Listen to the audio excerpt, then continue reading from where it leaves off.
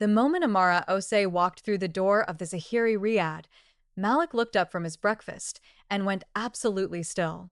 Not surprised. Not shocked. Just still. Like a predator that has just spotted exactly what it's been waiting for. Amara had prepared for recognition. She had prepared for anger. She had prepared for him to throw her out the moment he realized she was Yasmin's twin sister, come to investigate whether he'd killed her. What she had not prepared for was the small, dangerous smile that curved his mouth as he set down his coffee and said, in perfect English with a French accent, "You're late. I've been expecting you for 3 months." The Riyadh manager, who had just introduced her as the new housekeeper, looked confused. "Sir, this is Amara Osei," Malik said, never taking his eyes off her. "Yasmin's twin. Identical down to the scar on her left wrist from when she broke it at age 7. Welcome to Marrakesh. We have a great deal to discuss." He stood, crossed to where she stood frozen in the doorway. Stopped close enough that she could see the flecks of gold in his dark brown eyes, smell the oud and amber of his cologne, feel the controlled danger radiating off him like heat. "You came here to find out if I killed your sister," he said quietly. "I didn't. But I know who did. And if you want the truth, you're going to have to trust the man you're convinced is a murderer." He stepped back, gestured to the breakfast table. "Seat. Eat. Then we'll talk about how we're going to catch the person who took Yasmin from both of us." Amara stood in the Marrakesh morning light, in a riad that smelled of orange blossoms and secrets, looking at the face of the man she had spent 6 months hating, and realized with absolute certainty that nothing about this was going to go the way she'd planned. If you want to know what really happened the night Yasmin Osei died, why Malik has been waiting for Amara to arrive, and what happens when two people united by grief have to decide whether to trust each other or destroy each other, keep reading. Because this story is about to get very complicated, very dangerous, and absolutely impossible to look away from. 6 months earlier, Amara had been in London when the call came. 2 in the morning. Her phone buzzing on the nightstand with a Moroccan country code she didn't recognize. "Miss Osei? This is Inspector Samir Banani, Marrakesh Police. I'm calling about your sister, Yasmin.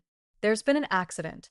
The word accident was delivered in the particular tone that meant it was anything but. Yasmin had fallen from the third-floor terrace of her husband's riad. Broken neck. Dead before the ambulance arrived. The investigation had ruled it accidental, too much wine, unfamiliar footing. The terrace rail had been lower than regulation. But Inspector Banani had called Amara privately to say, "Your sister was terrified of heights. She never went near that terrace. And the wine in her system? She was allergic to sulfites. She never drank wine. Ever." "You're saying someone killed her," Amara had said. "I'm saying the official investigation was closed very quickly, and that Malik Zahiri has considerable influence in Marrakesh. Draw your own conclusions." Amara had drawn them, and she had spent 6 months planning, learning Arabic, researching Malik, getting hired through a staffing agency that placed workers in expatriate households, creating a false identity that would hold up under scrutiny, becoming a ghost of her sister, coming back to haunt the man who killed her. Except Malik had been expecting her, which meant the plan was already broken. The conversation that changed everything. They sat in his private study after breakfast. Amara on one side of a low brass table, Malik on the other. Between them, mint tea that neither of them drank and attention that could have cut steel. "You look exactly like her," Malik said. "It's unsettling." "You would know," Amara said, "since you were married to her. For 2 years. Best 2 years of my life." He said it without irony, without performance. "I loved her, Amara. More than I've ever loved anyone. And when she died, he stopped. I became someone I don't recognize." "Did you kill her?" "No." He looked directly at her. "But I know you won't believe that. Not yet. So instead, let me tell you what I know. Yasmin was terrified the week before she died. She told me someone was following her.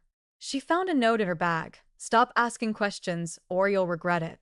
I increased security. It wasn't enough. Questions about what? My business partner, Omar. She suspected him of human trafficking, using my shipping routes. I didn't believe her. I thought she was being paranoid. His jaw tightened. I was wrong, and she died trying to prove it. If you know this, why haven't you gone to the police? Because Omar has half the Marrakesh police on his payroll, including the inspector who closed Yasmin's case. He leaned forward.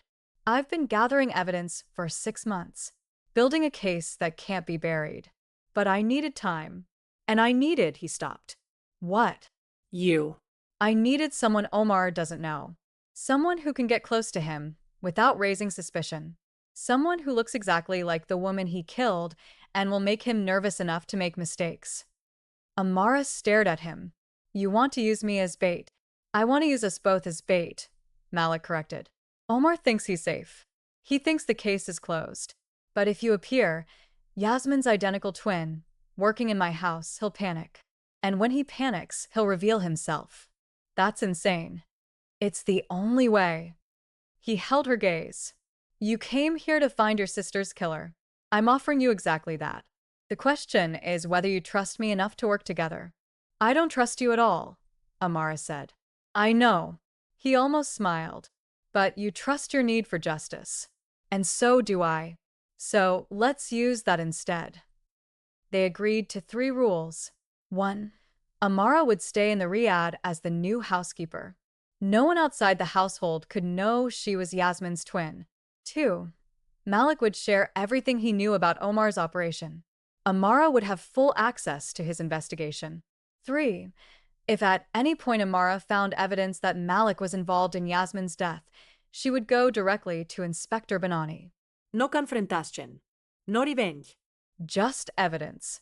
Malik had agreed to all 3 without hesitation, which either meant he was innocent or he was extraordinarily good at lying. Amara suspected both could be true.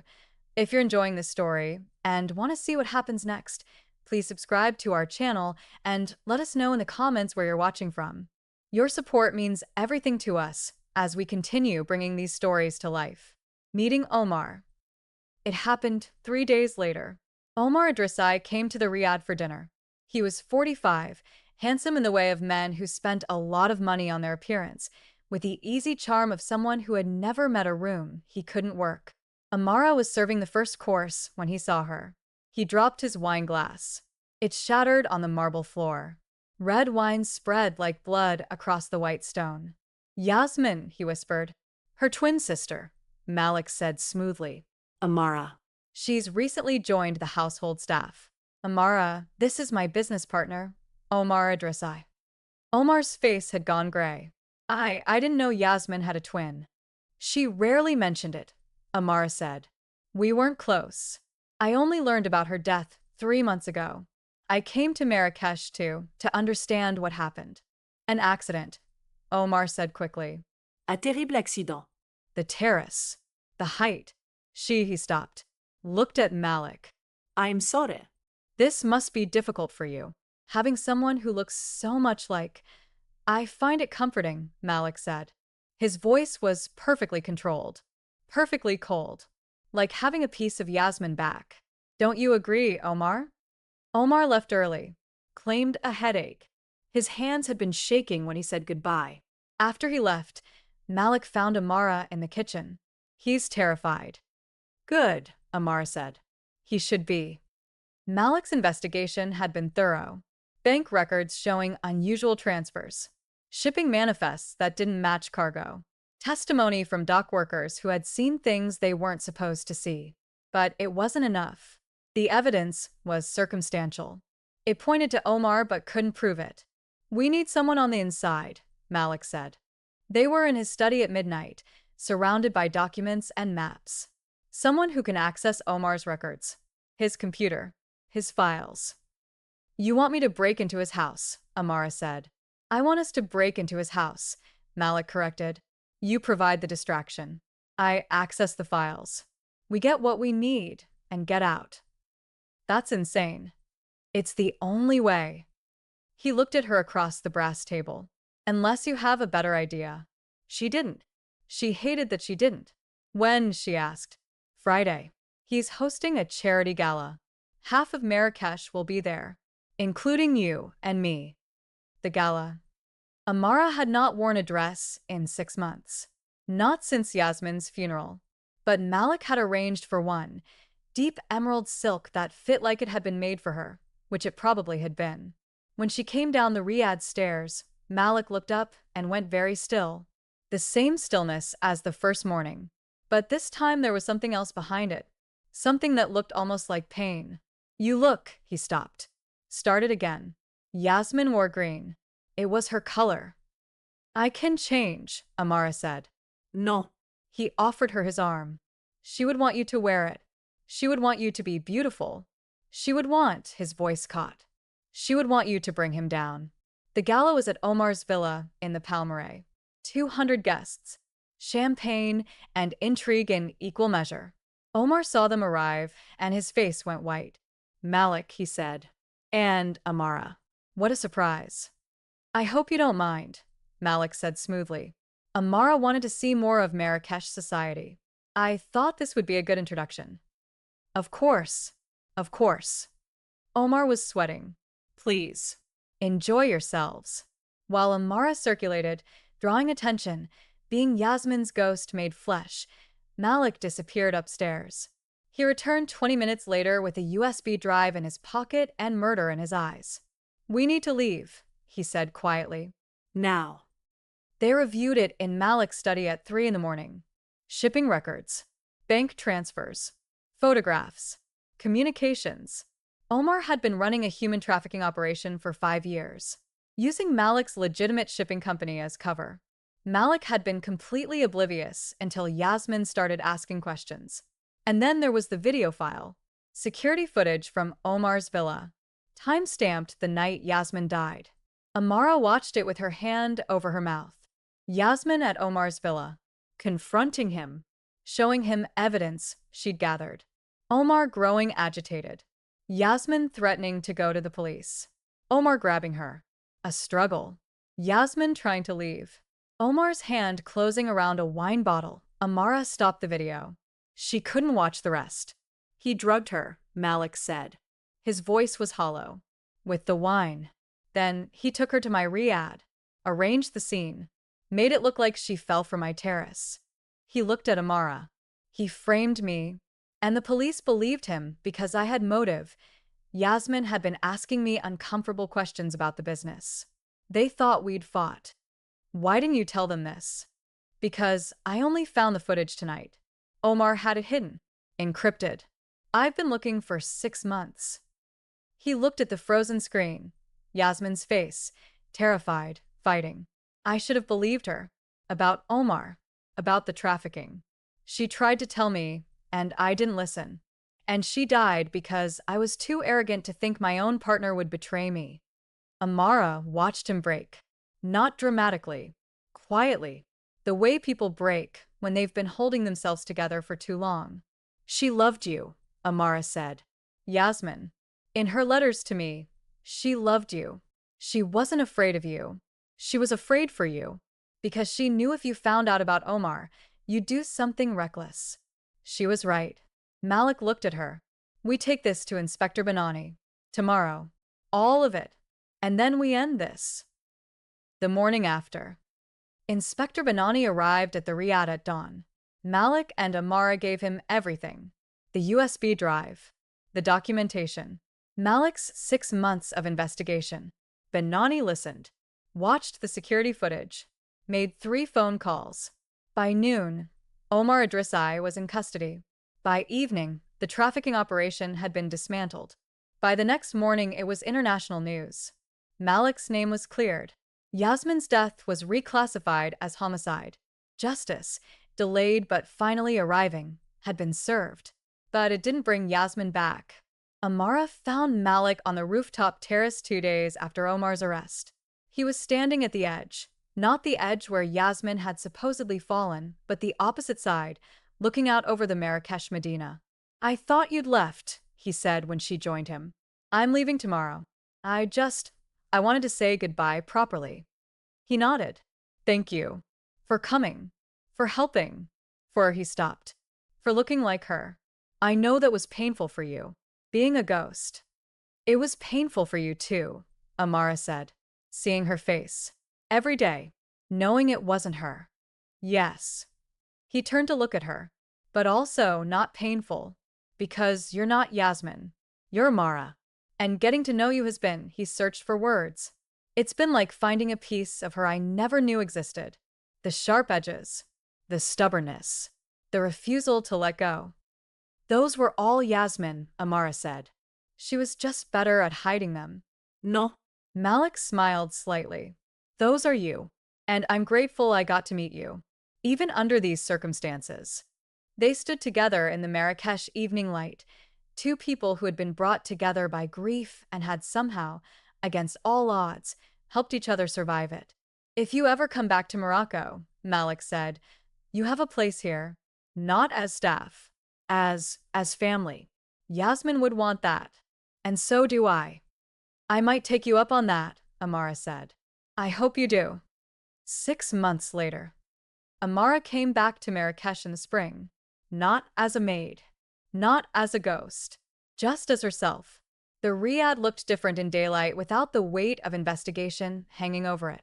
The orange trees were in bloom. The fountain sparkled.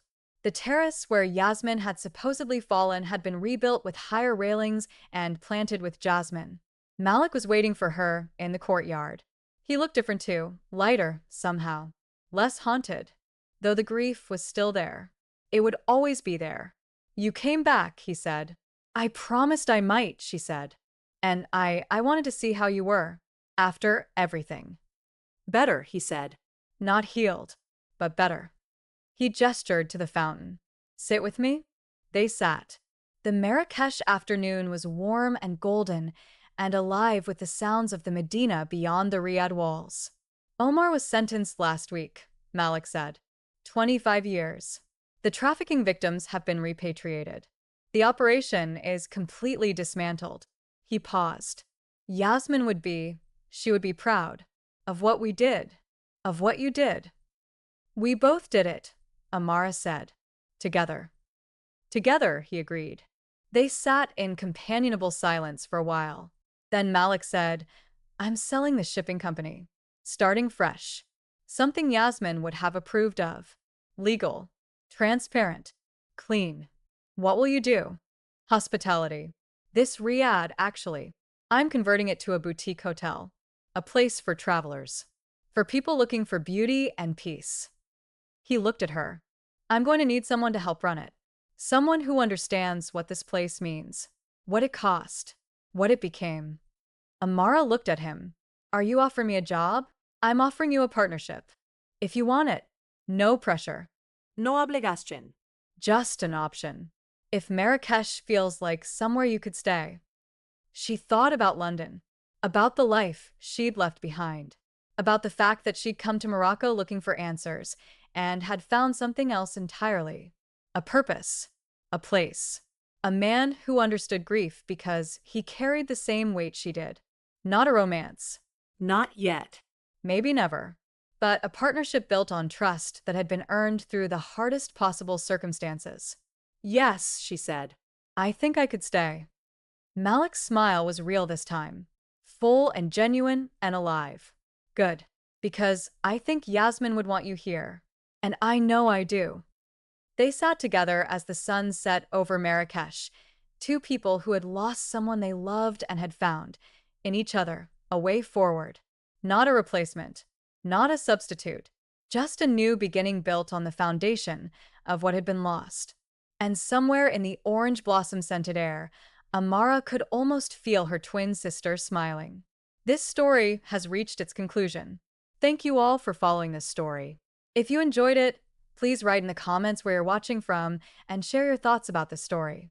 And don't forget to like, subscribe, and share this video as your support is important for me to continue creating content. Until the next story.